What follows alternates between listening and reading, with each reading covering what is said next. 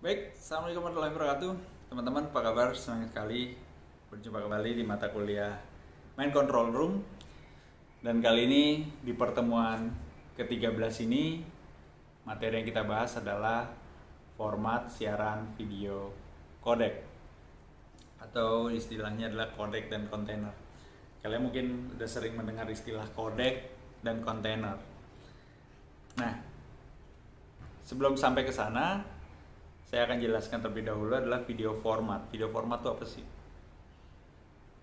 Video format adalah aturan standar dalam memilih kontainer dan codec sehingga bisa digunakan dengan beragam jenis pemutar video atau streaming service. Maksudnya gimana tuh?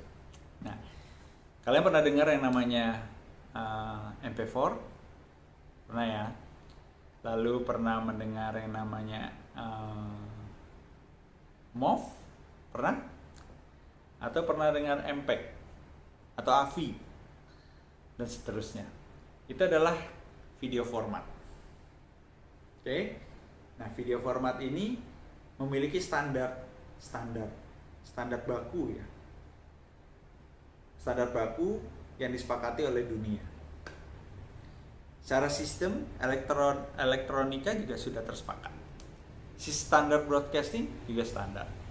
Nah, jadi kita masuk ke dalam codec.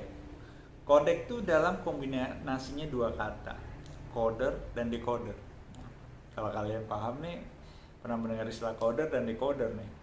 Coder dan decoder, suatu alat dan pemutarnya. Nah, codec melakukan encoding audio dan video, yaitu mengkompres video sehingga bentuknya menjadi lebih kecil. Jadi kalau kamu syuting misalnya pakai kamera DSLR atau pakai kamera handphone misalnya, itu filenya kan besar ya. Nah, codec ini untuk mengkompres tanpa mengurangi kualitas dari video itu. Nah, setelah dikompres, pemutar videonya, nah video yang dari kompres tadi ini, melakukan decoding video atau audio sesuai dengan ketentuan codec. Dibacanya sih sudah diatur sama codec. Codec kan tadi kompres. Alatnya ini membaca sesuai dengan yang sudah dikompres tadi. Lalu filenya diputar dan kualitasnya mirip dengan aslinya. Jadi tidak merubah aslinya. Nah, encoding ini adalah proses mengubah data video menjadi kode. Nah, ini istilah di elektronikanya saja. Nah, sedangkan decoding adalah proses mengubah kode kembali menjadi data video. Jadi tadi kalau encoding, data video menjadi kode. Nah, makanya bisa lebih kecil.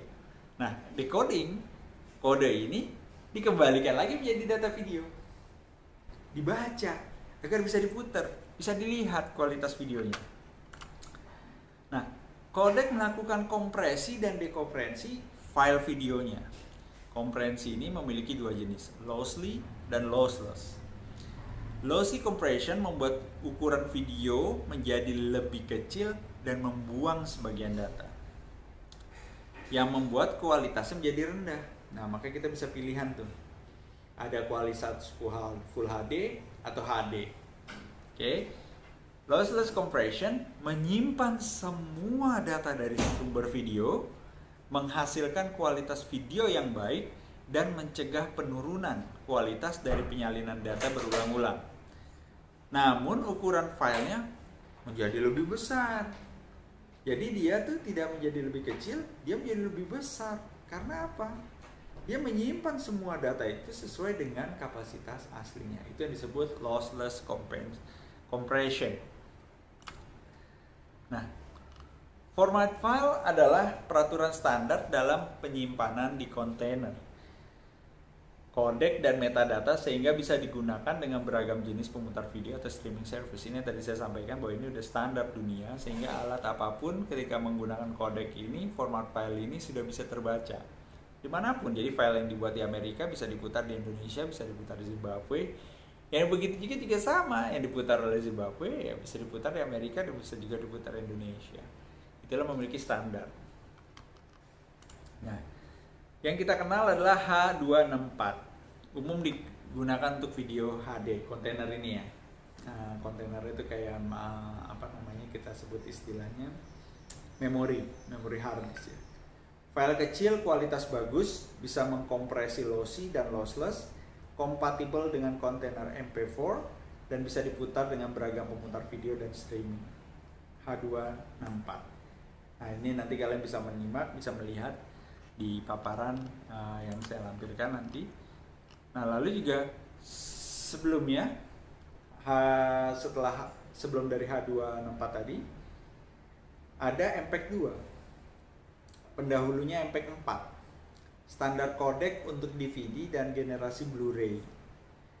Tidak umum digunakan untuk streaming karena kualitasnya pasti akan tidak baik karena besar ya. Kamera profesional yang menggunakan MPEG 2 adalah HDV dan XDCam. Nah, ini juga kita harus memilih kontainernya, juga harus sesuai dengan alat yang kita akan gunakan. Berikutlah ada H265.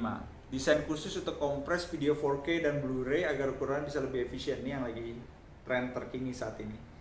New video codes are constantly evolving to keep us with modern technology. Jadi ini memungkinkan untuk sesuai dengan teknologi yang saat ini yang berkembang. Jadi lebih gunakan tepatnya dengan H265. Kontainer ini diibaratkan sebagai bungkus kado yang membungkus semua elemen video. Jadi ada video stream, audio stream, dan metadata seperti file MP4, AVI, MOV bukanlah format video, namun hanyalah sebuah kontainer video. Nah, tadi kalau saya singgung bahwa itu format video MP4, AVI, MOV, ya bahasa lainnya juga bisa diartikan tidak hanya itu adalah format, tapi kontainer yang membawanya.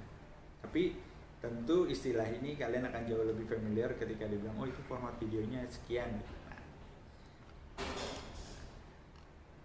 Nah, selebihnya nanti kalian akan silakan membaca apa itu MP4, AVI, dan juga MOV. Silakan cari literasi tambahannya agar sehingga kalian lebih luas memahami. Video ini hanya untuk men-trigger kalian, untuk memberikan stimulus, untuk memberikan pemahaman awal. Oke? Demikian, sampai jumpa pada pertemuan berikutnya. Assalamualaikum warahmatullahi wabarakatuh.